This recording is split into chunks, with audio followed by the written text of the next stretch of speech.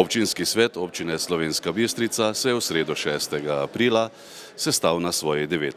redni seji. Na dnevnem redu seje je bilo 17 točk.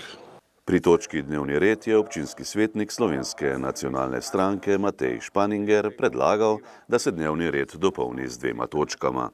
Z obravnavo poročila nadzornega odbora občine in razpravo zaradi njegove izločitve pri 16. točki 18. redne seje občinskega sveta. O prvem predlogu svetniki niso glasovali, saj bodo to točko obravnavali na prihodnji seji občinskega sveta. Za drugi predlog pa so svetniki glasovali poimensko. 13 svetnikov je bilo za in 17 proti. Zato tudi ta točka ni bila uvrščena na dnevni red. Občinski svet je v nadaljevanju potrdil zaključni račun občine Slovenska Bistrica za leto 2021. Sprejel je tudi pravilnika o urejanju in oddaji zemljišč občine Slovenska Bistrica za potrebe vrtičkarstva in o sofinanciranju ljubiteljske kulture na območju občine ter letni program ljubiteljske kulture za leto 2022.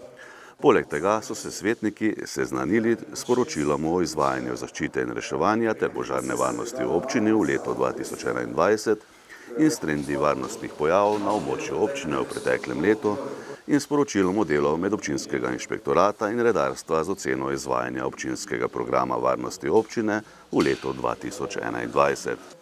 Potrdili so tudi investicijski projekt za drugo fazo rekonstrukcije lokalne ceste Visole-Tinje in podali soglasje k delu plače za redno delovno uspešnost ravnateljem in direktorjem javnih zavodov, katerih ustanoviteljica je občina Slovenska Bistrica za lansko leto.